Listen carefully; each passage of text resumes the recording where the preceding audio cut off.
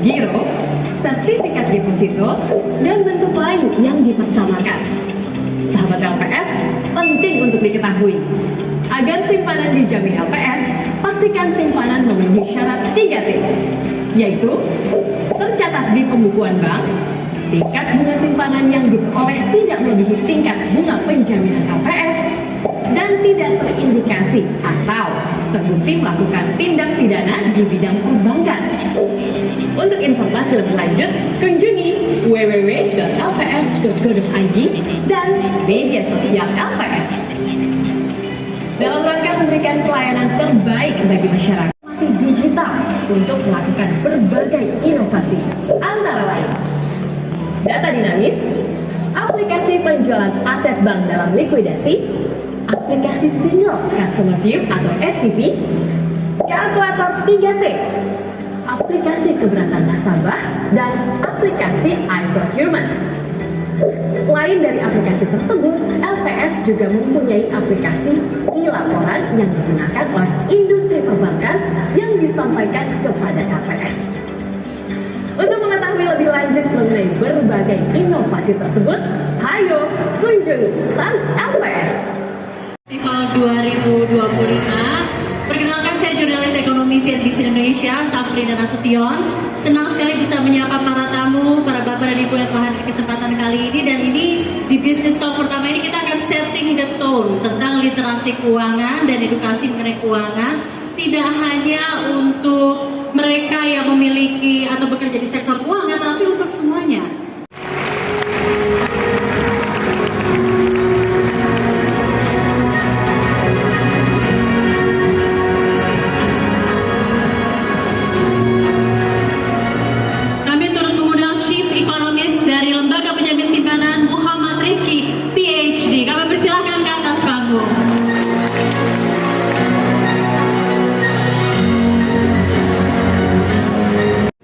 Wakil Gubernur Jawa Timur Bapak Emil Elistianto Dardak PhD akan turut bergabung bersama kami di Business Talk pertama. Kita berikan tepuk tangan yang meriah. Ini kayaknya udah pada nggak sabar nunggu educational tadi. Tadi sebelum kita mulai acara juga sudah nanya-nanya dan cek ombak nih Pak Cete. Siapa yang mau nanya ke Pak Cete dan Pak Rifki, udah luar biasa pertanyaannya. Jadi jangan sungkan. Nanti yang too good to be true. Sesuatu yang mudah, ya, tiba-tiba bisa dapat sesuatu yang luar biasa, itu tidak akan pernah ada. Jadi namanya penipuan-penipuan itu kedoknya karena seolah-olah cepat kita akan bisa mendapatkan sesuatu yang luar biasa dalam waktu cepat. Nah, itulah sifat greedy, ya, sifat yang tidak baik sebenarnya. Jadi seharusnya kita harus mendapatkan keuntungan finansial itu dengan cara bertahap, seperti menaiki anak tangga. Waduh, luar biasa. Kasih tepuk tangan dulu, jangan cerita dong Pak, seperti apa tuh Pak jerninya tersendiri dari Pak Cete mengenai keuangan. Apa yang bisa disampaikan ke teman-teman di sini? Ya, yang pertama ini untuk adik-adik mahasiswa ya dan pelajar. Ya, jadi yang pertama yang harus dilakukan itu adalah belajarlah yang baik, supaya cepat lulus. Ya, karena kalau udah lulus bisa kerja, bisa cari uang. Ya, jadi belajar yang baik. Yang kedua, berorganisasi. Jadi di sekolah, di universitas, di mana itu jangan lupa berorganisasi. Kenapa? Karena dengan berorganisasi kita belajar tentang bagaimana kita berhubungan ya dengan teman. Nanti dalam kehidupan kita berikutnya, networking menjadi kata kunci. Networking. Berorganisasi kita belajar juga tentang kepemimpinan. Dalam berorganisasi kita belajar juga tentang yang namanya manajemen. Ya, jadi berorganisasi itu penting. Nah, yang ketiga, jangan lupa belajar sudah mulai mencari uang. Ya, gimana caranya? Nah, besok saya dapat tugas ya memberikan kisah inspiratif dan Anda bisa berkonsultasi langsung besok ya siang jam berapa ya? Sore Pak, sore. Jam 2 ya. Aja sekitar jam 2. Ya. Jadi disuruh nonton LPS Financial Ini Festival prolog dulu, sampai prolog besok. Nah, rumusannya besok. Gitu, ya. Jadi 3 hal ini penting. Ya. Ya, saya itu kebetulan ya waktu kuliah ya saya berupaya untuk jadi yang terbaik. Alhamdulillah saya mahasiswa teladan tingkat nasional. Siapa di sini yang mahasiswa teladan? Mungkin akan mengikuti jejak karir Pak Cete nanti ke depannya nih. Banyak ganteng tangan loh Pak. Wah, luar biasa nih Pak, Ya, datang ke tahun sini. 84 saya mahasiswa teladan tingkat nasional. Wah. Ya, yang kedua, saya berorganisasi ya, terakhir saya adalah ketua Eksoposio Dewan Mahasiswa UI yang terakhir. Wow. Banyak yang nggak tahu nih Pak mengenai hal ini. Jadi organisasi juga ya Pak ya? Yang ketiga, saya ini dulu sudah berusaha dari kuliah tingkat 1 di kampus. Dan saya waktu itu nggak seperti sekarang. Saya satu-satunya orang yang berusaha di kampus pada saat itu.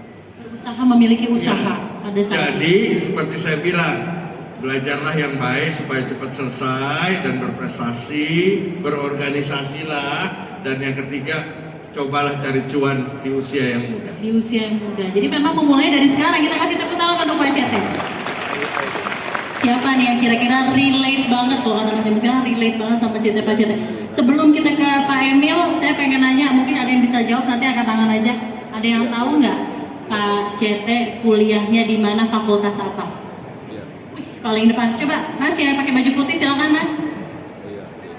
Kuliah mungkin sebelum kita ke Pak Emil. Bapak lulusan Fakultas Kedokteran Gigi, tersaat menjadi pebisnis tersukses di Indonesia. Itu journey kan luar biasa ya Pak ya? Yes. Mindsetnya itu loh Pak yang mungkin priceless Pak. Ya sebenarnya ini ceritanya besok ini detailnya, tapi ya singkat cerita aja gitu ya. Jadi saya itu kebetulan dari keluarga yang relatif humble in the beginning ya. Jadi kalau bilang tuh ya agak susah lah gitu ya. Saya dulu tinggal di rumah petak, di gang kecil, yang WC-nya itu tidak ada dalam rumah. Ya, jadi itu kehidupan saya gitu. Jadi mau nggak mau saya mulai dari tingkat 1 sudah mulai harus berusaha. Nah, setelah berusaha terus sampai saya lulus. Saya lulus, saya harus dulu kan kalau dokter gigi kan harus wajib kerja sarjana ke daerah. Nah, kalau ke daerah itu buat saya cukup karena dapat gaji, dapat rumah di sebelah puskesmas ya. Nah, tetapi saya masih punya banyak adik-adik yang harus saya biayai. Jadi ya saya memutuskan meneruskan usaha gitu ya. Nah, kisah selanjutnya ya besok aja lah. Berarti disuruh datang sampai besok, kita kasih tepuk tangan. Yang menginspirasi anak-anak Ya, muda kita di- juga pengen dengar bareng-bareng ya langsung story dari Pak Cete. Pak Emil, kalau kita bicara soal mimpi besar, kebanyakan tuh anak muda masih dengan mindset itu apa-apa pengen serba cepat gitu ya, cepat bebas finansial, cepat sukses, mungkin cepat jadi wagub kayak Pak Emil gitu ya. Nah, tapi kan jalannya tuh nggak mudah gitu ya. Yang nggak tahu Iya. tuh background story yang Pak Emil lewatin selama ini gitu ya. Ada gaya hidup, ada godaan konsumtif, ada tekanan sosial, peer pressure dari teman-teman. Nah, menurut Bapak gimana sih Anda ngejaga fokus Anda di tengah tantangan-tantangan itu? Gak hanya fokus finansial, tapi fokus ke goal yang pengen Pak Emil tuju. Ini yang paling bahaya hari ini adalah gadget. Gadget. Ini distracting banget. Dulu mungkin ya mohon maaf aja generasi dulu tuh ini tantangan. Bahkan ada pengasuh pondok pesantren yang berkataan saya bilang, Pak, hari ini anak santri itu nggak pegang handphone itu udah bentuk tirakat katanya. Ya, udah bentuk pengorbanan gitu. Zaman dulu tirakatnya berbeda gitu. Jadi artinya level of sacrifice itu berbanding relevan terhadap zamannya masing-masing. Nah, dulu zaman saya tahun 2003 itu umur 19. Jadi dari saya memang orang mungkin mikir, oh Pak Emil nih semua serba instan, bisa jadi bupati di usia muda terus jadi wagub.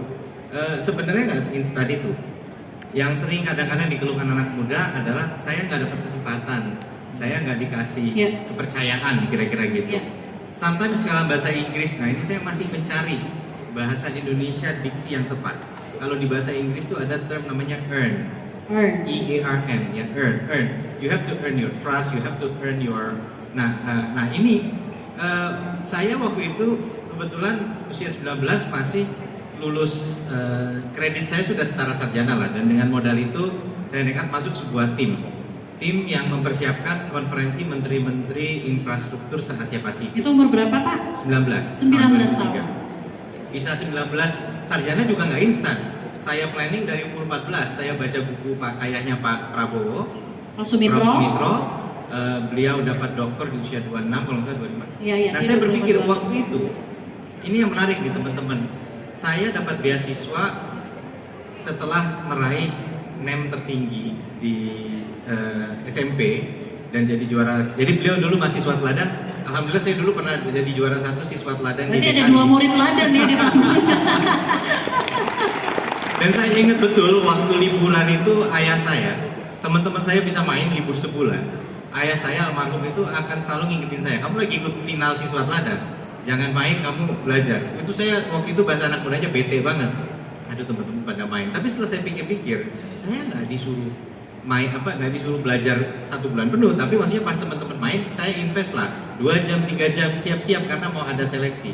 Hari ini saya bisa cerita di sini, saya siswa teladan. Coba waktu itu saya menuruti keinginan untuk main, mungkin hari ini saya nggak punya bahan untuk diceritakan gitu. Artinya pengorbanan yang sebentar itu lifetime impact-nya. So your choices in life matter. Your choices when you are young affects your later life. Nah balik ke situ.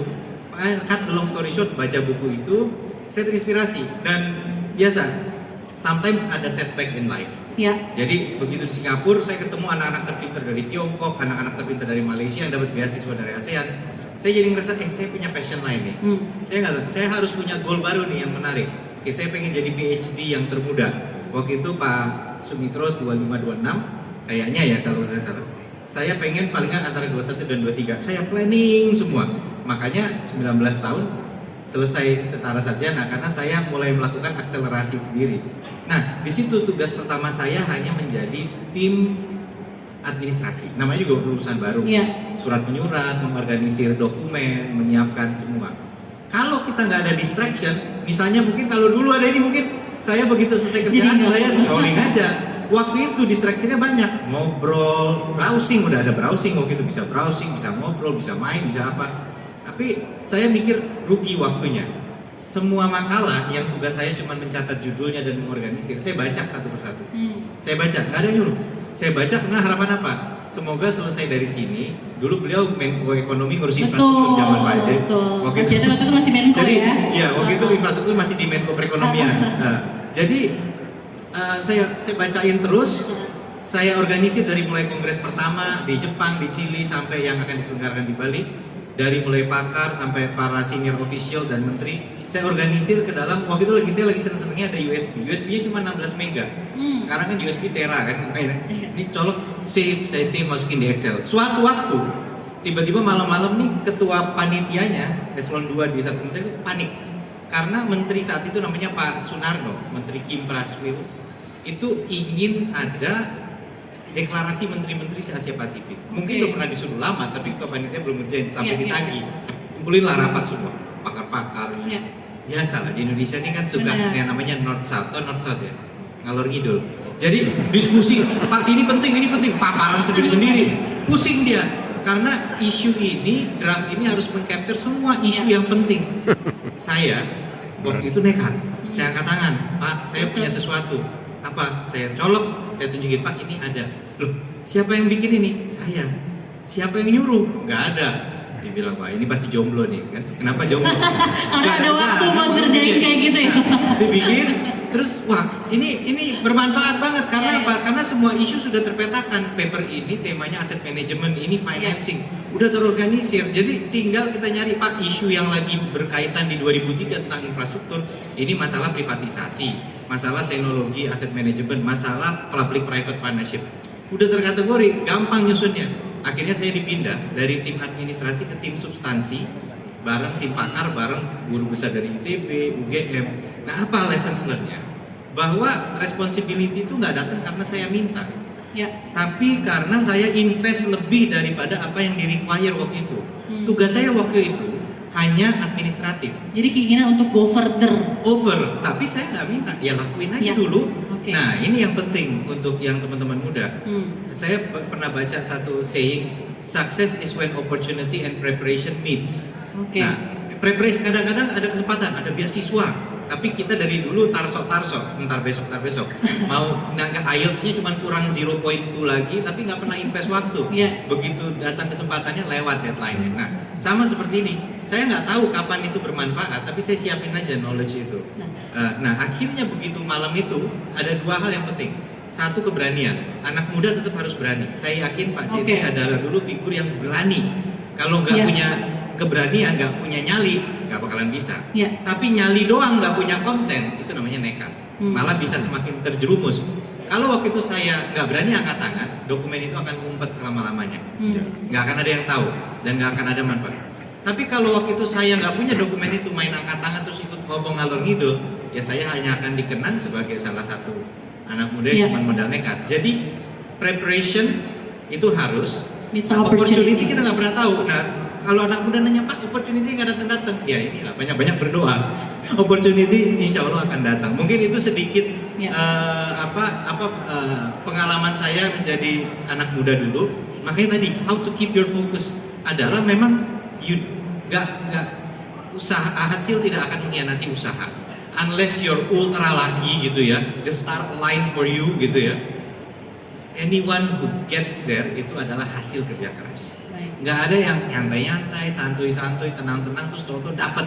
Kalaupun ada itu hanya 0,0000001%. If you want to be part of the more 95% dari orang yang successful, pasti ada effortnya, pasti ada sacrifice-nya. Itu kira-kira. Kita kasih tepuk tangan untuk Bapak Amiran yang sedang aktif. Nah, tapi saya jadi teringat ada satu kesempatan waktu itu Pak CT, ada private equity paparan di depan menteri waktu itu. Nah, private equity ini kemudian saya ingat bos saya sekarang beliau jadi partner dan founder Deloitte Infrastructure. Ya. Nah, jadi waktu itu dia ada satu private equity paparan, saya nggak mau ngomong dari mana ya, tapi dari Middle East waktu itu kan duit minyak banyak kan untuk invest. Tapi menurut beliau paparan ini nggak dipersiapkan untuk menjawab spesifik apa yang diharapkan oleh menteri yang akan kita temui. Lalu balik dari situ dia bilang I'm disappointed, they didn't prepare well. Terus dia bilang gini ke saya, you know what, you need luck for success, but the harder you work, the luckier you get. Itu harus kata-kata beliau ke saya. Semakin kita bekerja kamu keras, bekerja semakin keras, luck akan hadir ke semakin kita. peluang kamu untuk beruntung semakin tinggi. Tepuk tangan terlebih dahulu. Jadi Pak Irsyad itu ya, keuangan yang ada, apa yang mesti mereka siapin dari sekarang? Tadi kan ya di urge buat nabung gitu ya. Tapi bentuk-bentuk investasi apa yang bagus biar secara keseluruhan Indonesia tuh makin kuat ekonominya dari anak muda? Kalau menjawab pertanyaan itu mungkin saya kembali lagi ke yang tadi ya dibilangnya. Jadi karena kalian semua adalah tonggak ekonomi Indonesia nanti di 2045, maka yang bisa dilakukan dari sekarang, investasi yang paling berharga menurut saya adalah belajar tadi Mbak. Jadi belajar dengan baik, dengan semangat, dan lagi tadi udah dibilangin juga oleh Pak Emil, networking juga dan kata Pak CT juga, dan nanti ke depannya insya Allah kalian akan menemukan opportunity kalian begitu ya, yang mana nanti one thing leads to another, jadinya kalian juga bisa menjadi salah satu yang berkontribusi penting terhadap perekonomian bangsa gitu ya. Jadi kalau masalah investasi mungkin saya bisa serahkan kepada yang setelah ini ya mungkin ya Pak ya. Iya, bahasa. Ya, menjemput takdir. Nah, betul. Soal hasil akhir Betul. itu Kita serahkan ada Allah kan. yang di atas. Ya. Nah, besok insya Allah saya akan memberikan yang namanya CTW. CTW. Ya, nah, jalannya CT. Nah, kalau itu digunakan, saya kasih bocorannya aja, dimulai dari yang namanya segala sesuatu dimulai dengan niat yang baik. Ya, lalu ada segala macam di CTW itu, dan terakhir yang paling penting semuanya itu dicari untuk mencari keberkahan Tuhan. Luar biasa. Pak CT makasih banyak Pak. Tapi gimana gimana caranya di tengah kesibukan itu tetap waras secara finansial, maksudnya merencanain keuangan dengan baik. Nah, kalau dari pengalaman pribadi Pak Emil, seberapa pentingnya di tengah kesibukan tetap punya rencana keuangan jangka panjang di usia muda, dan apa manfaatnya yang bisa kamu rasain sekarang? Yang klise bagi orang, tapi gak gampang loh ngelakuinnya. Apalagi dengan hari ini banyak pay later dan lain-lain. Itu langsung teriak dari belakang kalian. Langsung ada riuh. Kita harus hati-hati di dalam mengelola bisnis juga sama kan, Yes. antara fixed cost, variable cost, kemudian kalau mau ngelola utang jangka pendek untuk pinjam jangka pendek, panjang dengan panjang yang namanya maturity mismatch, orang bicara istilahnya gitu. Nah, ini juga sama dalam hidup sebenarnya. Nah, contoh yang paling sering itu adalah ganti handphone belum waktunya gitu, ngapain gitu kalau saya paling Belum apa-apa udah gitu ya. Karena sebenarnya kalau kita lihat speknya itu kan masih nggak jauh-jauh beda gitu. Nah, anak sekarang FOMO. Kalau nggak pakai handphone ini rasanya saya nggak belong gitu kan. Nah, ini yang kayak gitu-gitu yang harus agak. Jadi pertama locus of controlnya harus diri kita, jangan gampang terpengaruh society gitu. Tuh, Antara kebutuhan sama keinginan harus bisa lihat bedanya. Nah, ini yang sedikit banyak membantu saya untuk bisa merencanakan keuangan dengan lebih baik. Yang kedua tadi, contoh, saya setuju bank itu penting karena apa? Karena tadi bank dijamin, bukan saya promosi LPS ya, gitu ya. Tapi emang bener gitu. Artinya apa? Bahwa katakanlah misalnya kita bisa laki lah, ada sebenarnya deposito 6,5%, jaminan LPS berapa sekarang? 2 miliar. 4%. Enggak, kalau BPR ya bisa 6,5, bisa 4, dan jangan semua taruh di BPR, ada BPR, ada bank umum. Tapi katakanlah misalnya 6,5% deh, atau naruh di surat berharga, tapi juga bisa ditaruh di bank karena kan lebih gampang. Karena surat berharga tuh ada ininya loh. Ada satu bank di Silicon Valley, bank apa tuh namanya, ada yang tahu nggak? Jadi bank itu dia tiba-tiba dia Silicon Valley Bank kalau nggak salah namanya, dia beli banyak sekali instrumen obligasi, terus tiba-tiba obligasi itu kalau kita bisa tahan sampai dia mature aman. Tapi kalau misalnya kita butuh di tengah jalan, itu tergantung suku bunga yang lagi berlaku. Kalau suku bunga lagi tinggi, orang harganya obligasinya turun. Karena apa? Karena mendingan saya naruh uang di tempat lain.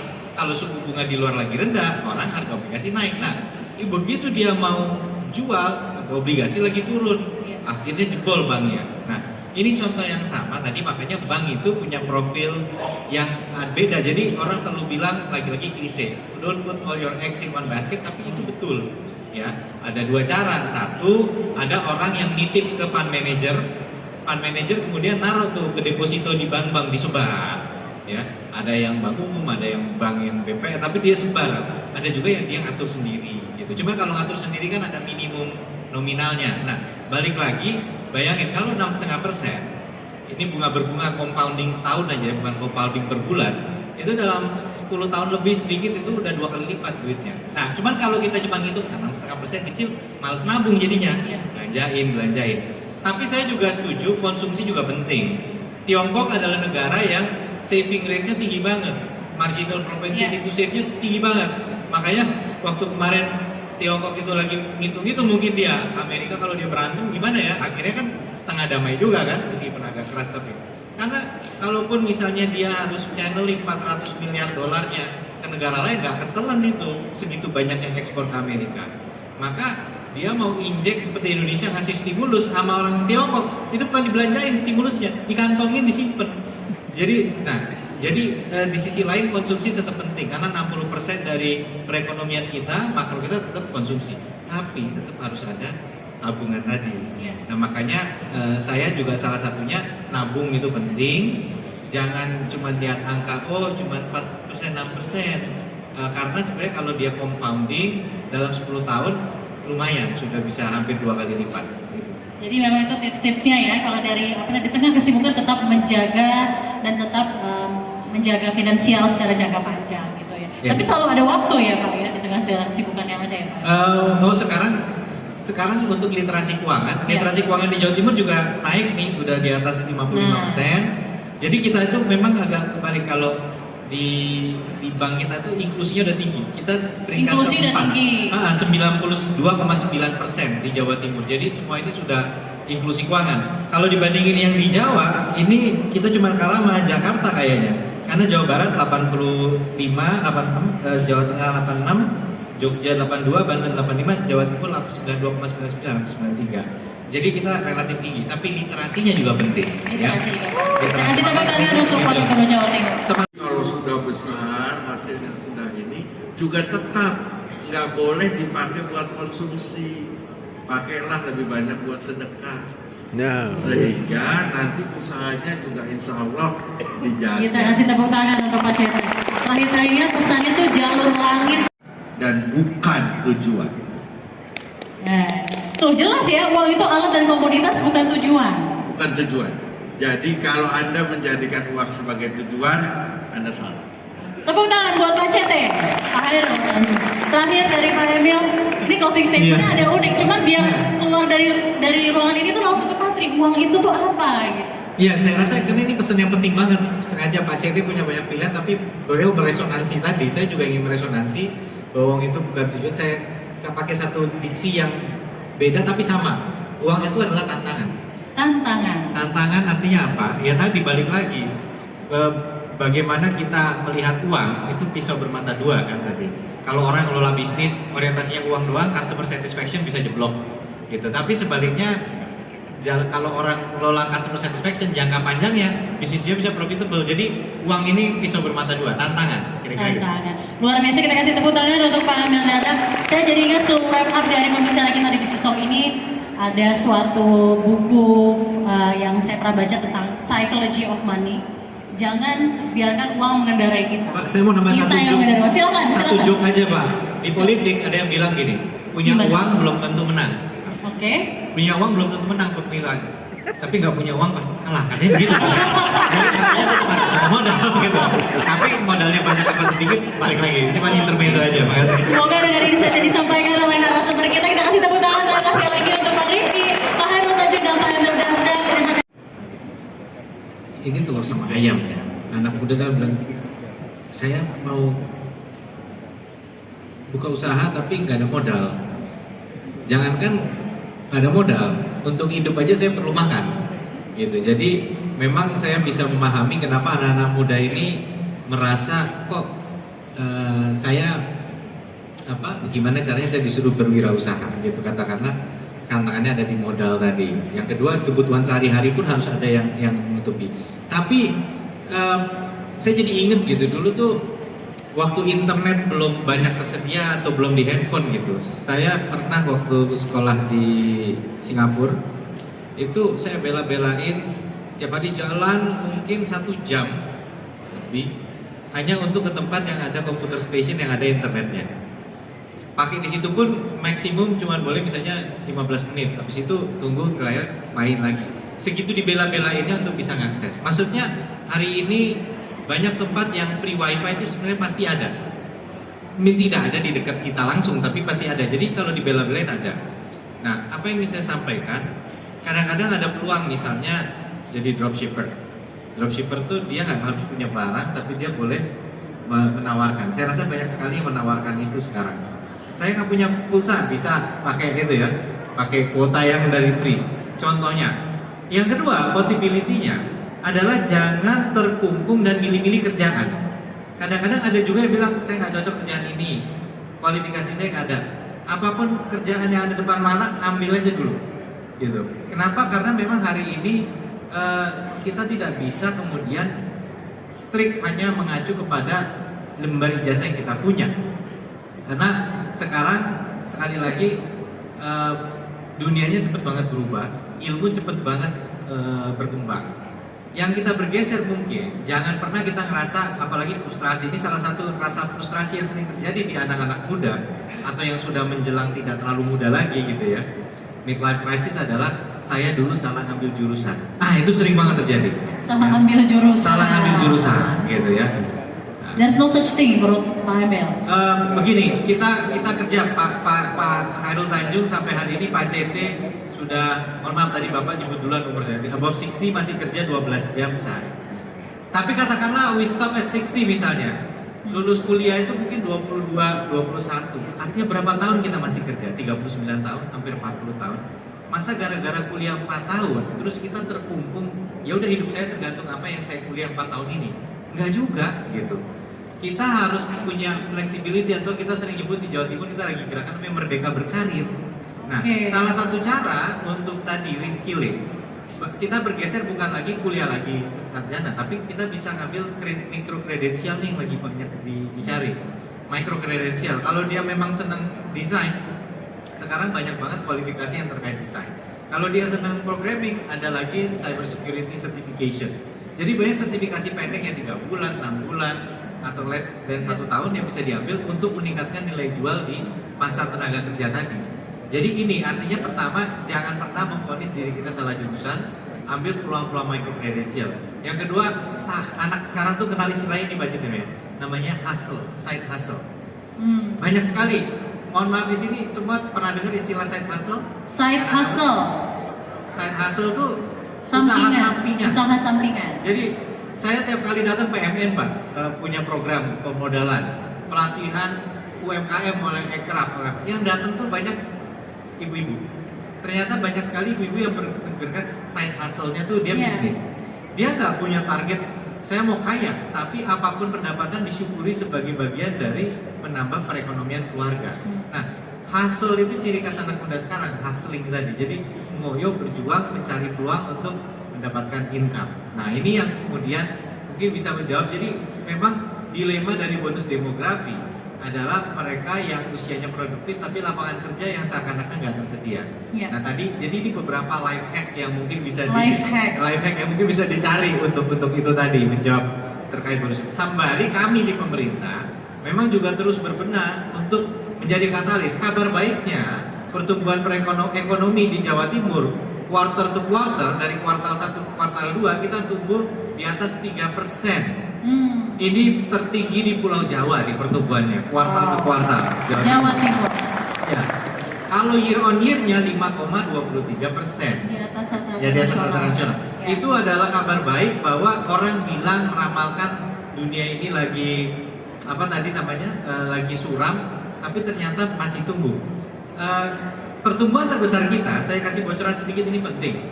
Pertumbuhan terbesar kita itu justru datang dari industri pengolahan. Industri pengolahan itu berkontribusi 1/3 dari perekonomian Jawa Timur dan tumbuhnya 7,39%. Ini bagus sekali. Artinya deindustrialisasi tidak terjadi, manufacturing, jiwa swade semangat membuat barang atau jadi makers itu terjadi di Jawa Timur.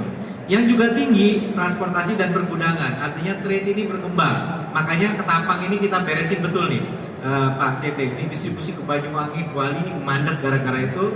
Saya tadi cek ke Kadishub, jembatan timbang di Pasuruan sudah kita aktifasi, semua truk ditimbang dulu. Kami menyampaikan juga pada kesempatan ini, mungkin CNBC bisa mengamplifikasi, tolong semua yang mau ngirim barang jangan di atas 35 ton dulu. Karena hanya satu dermaga yang bisa menampung di atas 35 ton.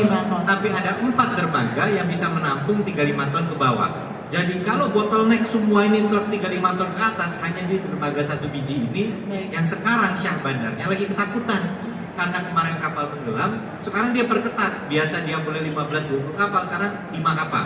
Biasa dia boleh berlayar, ombak dikit tutup. Nah ini udah demo nih supir-supir di sana. Makanya jangan ngangkut di atas 35 ton dulu. Oke, saya tahu odol masih dikasih dispensasi sampai setahun lah. Tapi hari ini yang mau ngirim ke Bali, yang mau nyebrang ke Bali, kalau Anda ngirim pakai truk di atas 35 ton, siap-siap ngantri. Siap-siap ngantri. Ngantrinya pun nggak kaleng-kaleng. Ngantrinya ini bisa setengah hari, bisa 1 hari, bisa lebih dari 1 hari. Tapi kalau ngirim di bawah 35 ton, ada 4 dermaga di Ketapang yang bisa. Nah, balik lagi, ini transportasi pergudangan yang tumbuh tinggi juga 8,38%. Nah, ini menarik persis yang katanya Pak CT tadi. Jadi kalau masih ada slot di mall Grup Trans untuk F&B boleh juga nih kayaknya. Ya, saya salah satu pelanggan Trans Icon soalnya. Ya, jadi 8,38% Pak pertumbuhan akomodasi makanan minuman. Jadi turisme kita juga berjalan. 9,7. Jadi itu kira-kira sektor-sektor yang tumbuh lumayan. Dan artinya kita harus optimis, pemerintah terus berusaha untuk menggenjot perekonomian kita. Tapi kita memang juga harus hati-hati. Bisa jadi lonjakan ekonomi ini juga karena semua lagi berebut kirim barang ke Amerika sebelum tarif itu efektif. Gagal ya. Jadi kita juga nggak boleh terlena juga nih. Ini bisa jadi karena itu. Nah, terakhir pertanyaan terkait bagaimana menyalurkan aspirasi ke pemerintah. Ya. Saya rasa sebenarnya semua pemerintah hari ini, saya itu uang yang saya konsumsi jauh lebih kecil daripada uang yang saya sedekahkan. Luar biasa Pak Jati. Luar biasa. Itu filosofi. Ya, insya Allah ya, besok cerita lengkap. Besok cerita lengkap. Terima kasih baik Pak Jati. Tadi masih ada pertanyaan Yang mengenai kedua, Transmall ya Pak. Yang kedua dulu soal pengangguran. Ya, Pengangguran. benar. Ya, nah, jadi filosofinya satu aja. Ya, anak muda sekarang jangan cari kerja. Ya, tapi buatlah lapangan kerja. Jadi mulai dari kuliah itu cobalah berusaha sehingga lulus kuliah tidak cari kerja tapi menyerap tenaga kerja, bikin lapangan kerja. Itu yang bisa bikin Indonesia maju. Ya, karena orang pintar bilang kalau negara itu mau maju, ya pengusahanya harus banyak. Minimum 4%. Kalau bisa lebih jauh dari 4%. Kalau di bawah 4%, jangan berharap negara itu jadi maju. Ya, jadi Indonesia emas 2045. Kalau pengusahanya Indonesia 10% dari penduduknya, selesai urusan. Nggak akan ada pengangguran. Gitu. Ya, karena cukup satu orang merekrut 10 orang. Ya, nggak ada pengangguran. Ya, nggak ada yang mau jadi pegawai negeri, nggak ada yang mau jadi pegawai LPS. Semua jadi pengusaha ya Pak. Ya, nah, jadi itu ya, rumusannya satu, jangan mencari kerja, tapi ciptakanlah lapangan kerja. Mumpung masih muda, ayo mulai, ya gitu. Nah, yang ketiga, ini Rojali Rohana ini.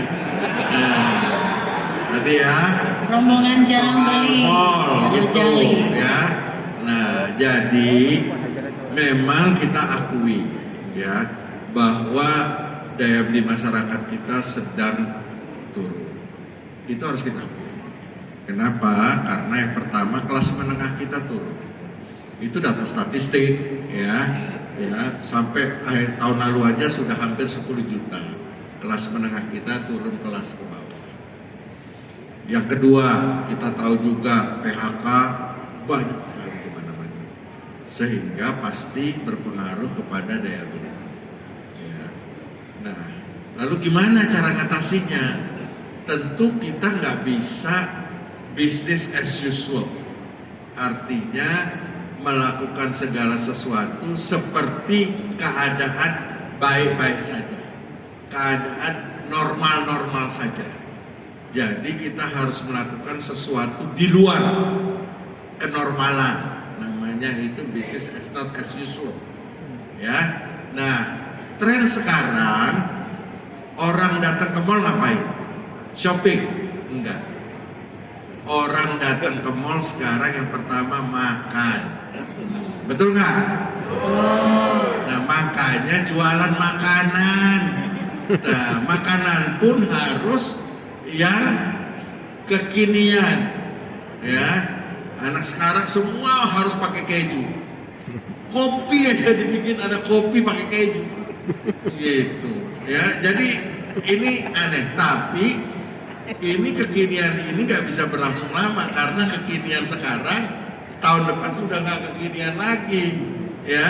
Creating lagi sesuatu yang baru. Artinya apa? Kreativitas menjadi kata kunci. Ya, nggak bisa kita bisnis satu sukses terus saja pasti turun. Ya, life cycle daripada bisnis sekarang becoming lebih pendek. Nah, ini kalau dalam ilmu ekonomi lebih susah memang karena amortisasinya belum selesai transaksinya, itu berarti sudah hilang. Ini tapi saya nggak mau ngomong yang ribet-ribet, ya. Nah, yang kedua apa? Orang cari hiburan. mall itu. Ya, apa mulai dari nonton bioskop, main permainan, anak-anak main di play game dan lain sebagainya. Yang ketiga apa? Transport itu sekarang lagi luar biasa. Ya, penjualan misalnya aktivitas wellness seperti pilates, seperti yoga, fitness center, apa itu lagi tren. Jadi follow the trend, ya, follow the trend. Jadi siapa yang bisa mengikuti tren, ya, siapa, dalam bahasa saya besok di CTW, buy the future with the present value. Siapa yang bisa membeli masa depan dengan harga sekarang, itulah dia yang akan sukses. Terima kasih. Terima kasih Pak Hairul Tanjung.